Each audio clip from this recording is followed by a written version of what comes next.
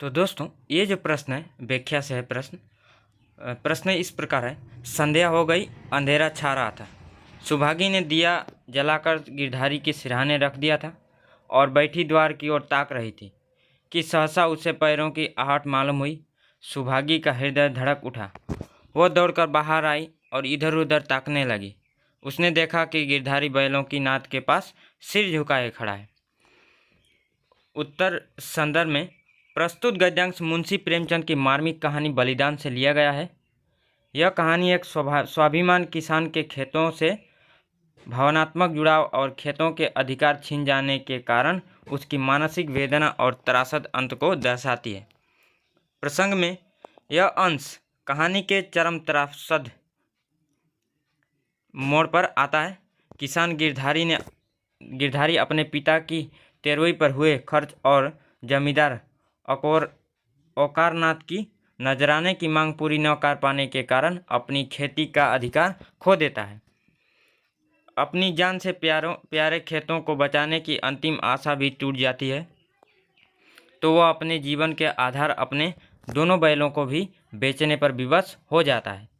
बैल बेचे जाने की रात गिरधारी कुछ नहीं खाता और सुबह घर से गायब हो जाता है। पूरा दिन उसकी खोजबीन होती है, लेकिन उसका कहीं पता नहीं चलता। प्रस्तुत पंक्तियाँ इस खोजबीन के बाद की संध्या का चित्रण करती है, जब उसकी पत्नी सुभागी निराशा में द्वार की ओर ताक रही है। व्याख्या: संध्या का समय है, अंधेरा छा रहा है, जो गिरधारी के जीवन की निराशा और भविष्य की अनिश्चितता को दर्शाता है। उसकी पत्नी सुभागी, जो पूरे दिन की खोजबीन से थक चुकी है, घर के भीतर दिया जलाकर पति के सिरहाने रखती है। यह दिया केवल अंधेरा दूर करने का प्रयास नहीं है, बल्कि आशा की एक क्षीण लौ है जो वह गिरधारी के लौटने की कामना में जलाती है। जब वह द्वार की ओर ताक रही है, तभी उसे पैरों की आहट सुनाई देती है, जिससे सुभागी का हृदय धड़क उठता है। यह आहट असंभावित आशा का संचार करती है। वह भागकर बाहर आती है तो देखती है कि गिरधारी दरवाजे पर नहीं, बल्कि बैलों की नाद के पास सिर झुकाए खड़ा है। यह दृश्य अत्यंत करुणा और संकेतात्मक है। गिरधारी का नाद पशुओं के चरण की जगह के पास खड़ा होना यह दिखाता है कि वह मन से अब भी एक किसान है। नाद उसके किसान जीवन का केंद्र थी, वह जगह जहाँ से उसे खेतों का संचालन होता था। बैल भले ही बिक चुके हैं, लेकिन गिरधारी का मोह उस स्थान से नहीं टूटा है। वह उस स्थान पर खड़ा है जहाँ से उसके स्वाभिमान जीवन की खुशबू आती है। उसका सिर झुकाए खड़ा होना यह दर्शाता है कि वह पराजित, ग्वालिन और दुख से भरा हुआ है। जब सुभागी उसे देखकर घर आओ, वहाँ खड़े क्या कर रहे हो कहकर उसकी ओर बढ़ती है, तो गिरधारी कुछ उत्तर नहीं देता। वह केवल पीछे हटने लगता है और थोड़ी दूर जाकर गायब हो जाता है। गिरधारी का बोलना बंद हो जाना उसकी मानसिक स्थिति को दर्शाता है। खेतों के छिन जाने और बैलों के बिक जाने से उसका किसान स्वास्थ्य समाप्त हो जाता है।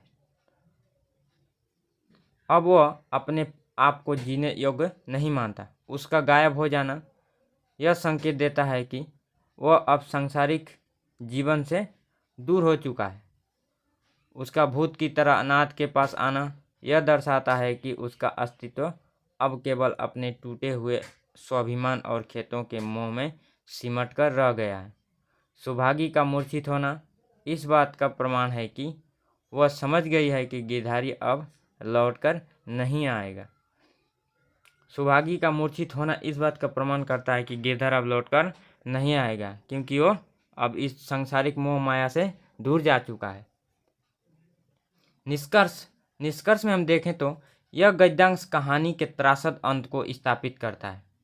जहाँ किसान गिरधारी जीते जी मर जाता है, उसके शरीर का गायब हो जाना प्रतीकात्मक रूप से यह सिद्ध करता है कि एक किसान का जीवन उसके खेतों और पशुओं पर ही निर्भर होता है।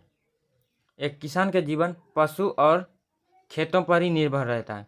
जब वह स्वाभिमान और खेती का अधिकार खो देता है तो उसका अस्तित्व भी मिट जाता है। जब वह अपनी स्वाभिमान खेतों के अधिकार जब खो देता है तो उसका अस्तित्व मिट जाता है। यह दृश्य किसान के भावनात्मक बलिदान की पराकाष्ठा है, जहाँ वह अपनी अस्तित्व को खोकर केवल मनोग्रस्त छाया बनकर रह जाता है। तो आज की वीडियो में इतना ही, मिलेंगे अगले वीडियो में। Thank you for watching this video. Have an awesome day.